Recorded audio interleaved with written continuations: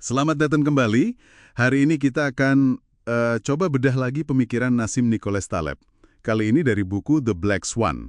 Tapi kita nggak bahas keseluruhan bukunya ya. Kita fokus ke satu bagian tambahan di akhir.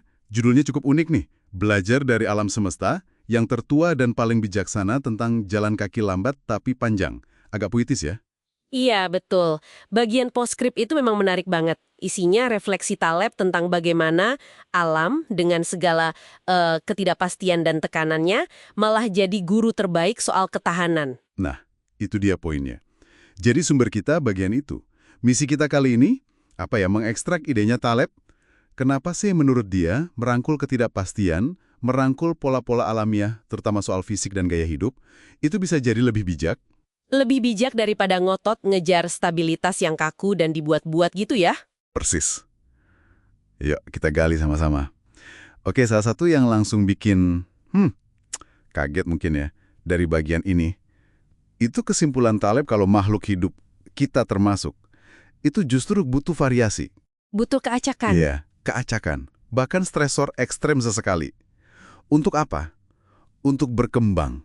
Ini kan rasanya kebalikan total ya dari cara pikir kita biasanya. Kebalikan banget. Kita kan biasanya diajari cari aman, cari nyaman, cari yang stabil, yang teratur. Nah, dia malah kritik, rutinitas olahraga modern yang terlalu stabil. Contohnya apa? Jogging. Tiap hari sama. Kecepatannya mirip, durasinya mirip. Iya, dia bilang, coba deh lihat leluhur kita zaman Pleistosen dulu, zaman batu. Apa mereka jogging rutin? Ya enggak lah. Gimana pola aktivitas mereka katanya? Ya itu dia polanya aneh kalau pakai kacamata modern. Kadang ekstrim. Mungkin lari sprint dikejar binatang buas, atau pas ngejar buruan, atau angkat sesuatu yang berat banget, tapi ya sesekali aja.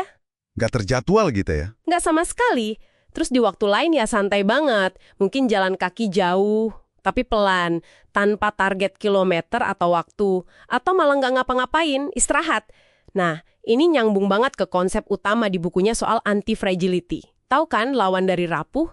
Iya, anti-fragile. Sesuatu yang malah jadi lebih kuat kalau kena guncangan. Betul. Nah, apa yang dia jelaskan di bagian akhir ini, soal jalan kaki lambat tapi panjang tadi, itu sebenarnya penerapan praktis dari strategi barbel dia. Strategi barbel? Gimana tuh? Bayangin barbel angkat beban. Ada beban berat di ujung kiri, beban berat di ujung kanan. Tengahnya kosong kan? Oke, iya. Fokus pada dua ekstrim itu.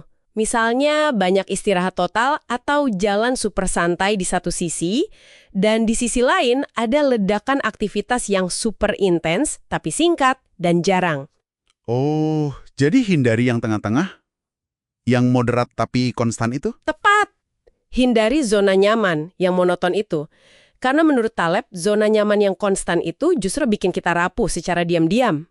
Dia bahkan cerita loh soal eksperimen pribadinya, agak nyeleneh sih. Gimana? Dia sengaja jalan kaki pelan banget tapi jauh sekali. Terus tiba-tiba, tanpa jadwal, dia lari sprint pendek tapi kenceng banget. Katanya sambil ngebayangin ngejar bangkir penyebab krisis. Haha. Ada-ada aja ya. Terus apa lagi? Dia juga latihan angkat beban, berat banget tapi jarang banget dan waktunya acak. Nggak rutin tiap Selasa, Jumat gitu. Ditambah lagi, dia sengaja puasa atau makan banyak juga acak. Terus kadang sengaja terpapar suhu dingin. Wah, hasilnya gimana katanya?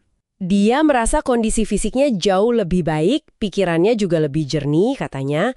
Intinya, dia nuker durasi latihan yang biasa-biasa aja dengan intensitas yang tinggi tapi jarang. Jadi bukan soal lama atau seringnya, tapi soal polanya. Menarik banget sih pendekatannya.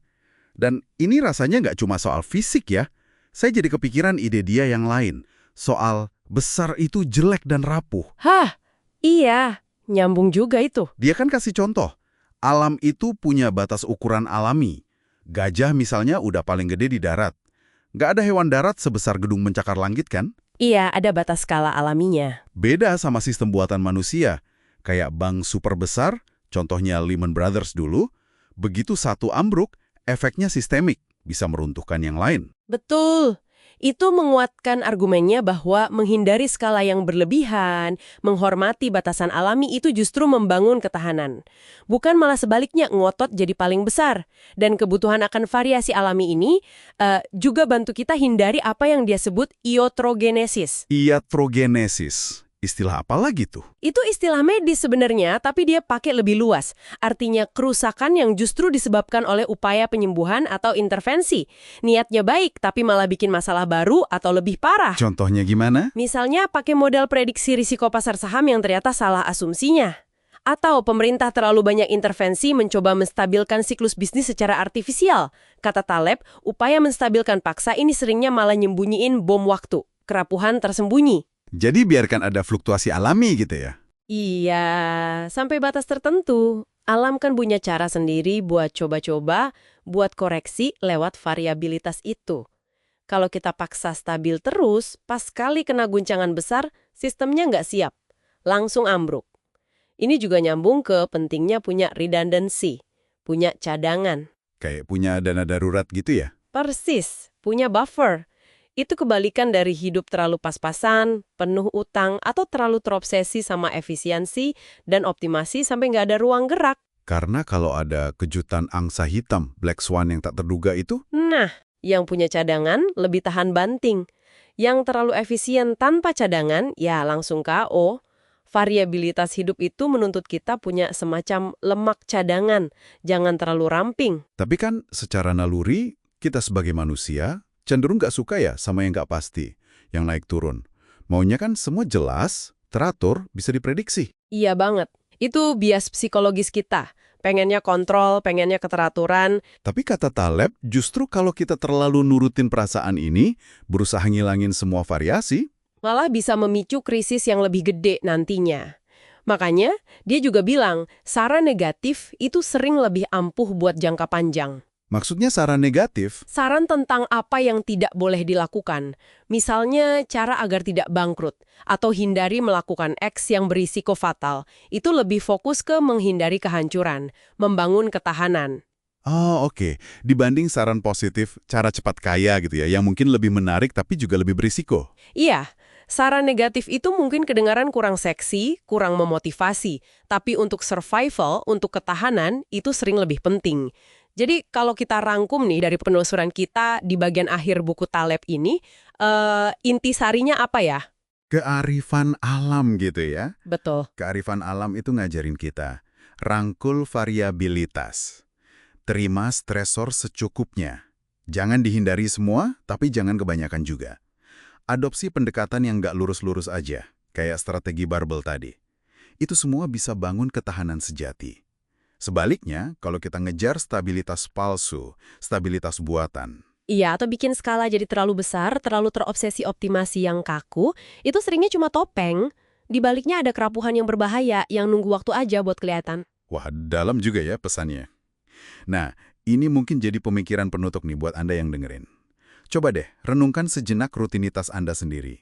Mungkin di pekerjaan, cara olahraga, atau bahkan pola makan sehari-hari. Apakah jangan-jangan tanpa sadar, Anda justru lagi membangun kerapuhan? Iya, mungkin karena terlalu fokus pada stabilitas, keteraturan, dan efisiensi. Sambil terus menghindari variabilitas sehat yang mungkin sesekali rasanya nggak nyaman atau kelihatan nggak efisien saat itu. Sesuatu untuk dipikirkan ya.